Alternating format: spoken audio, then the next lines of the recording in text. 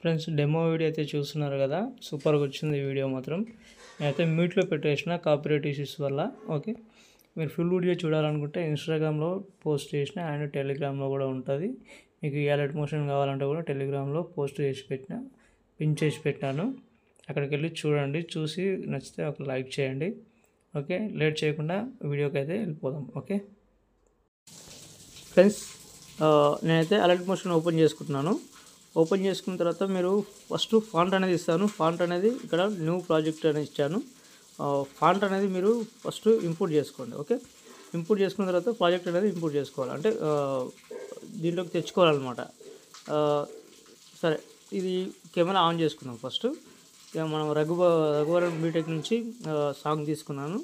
ఇక్కడ మీకు ఏంటంటే ఇది ఇక్కడ కలర్ గ్రేడింగ్ ఇచ్చాను. ఓకే, ఎఫెక్ట్లోకి వెళ్ళండి. మీరు కలర్ గ్రేడింగ్ కావాలనుకుంటే ఇలాగైతే చేసుకోండి. ఈ రెండు ఆన్ చేసుకుంటే కొంచెం లుక్ అనేది మంచిగా కనిపిస్తుంది.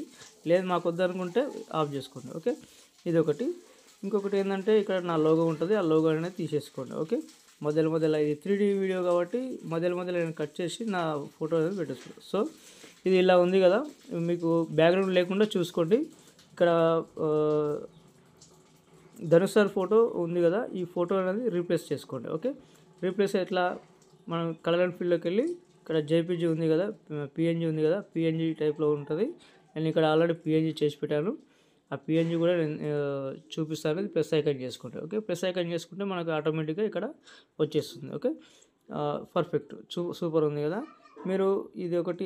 ఇంకొకటి ఏంటంటే ఒకసారి బ్యాక్ వచ్చేసి ఫోటో రూమ్లోకి వెళ్ళండి. ఓకే, ఫోటో రూమ్ ఉంటుంది, లేకపోతే రిమూవ్ బీజీ అని మన గూగుల్లో కూడా ఉంటుంది. ఫోటో రూమ్ ఓపెన్ చేసుకున్న తర్వాత స్టార్ట్ ఫ్రమ్ ఫోటో, తర్వాత మీకు ఇక్కడ రఘువరన్ బీటెక్ నుంచి ఏదైనా ఫోటో డౌన్లోడ్ చేసుకోండి. ఒక సెకండ్లో మీకు బ్యాక్గ్రౌండ్ అనేది వెళ్ళిపోతుంది అనమాట. ఓకే, ఇది ఒకటి ఇలా సేవ్ చేసుకోండి. ఓకే, ఇది అంటే బ్యాక్గ్రౌండ్ లేకుండా పిఎన్జీ టైంలో కన్వర్ట్ అవుతుంది.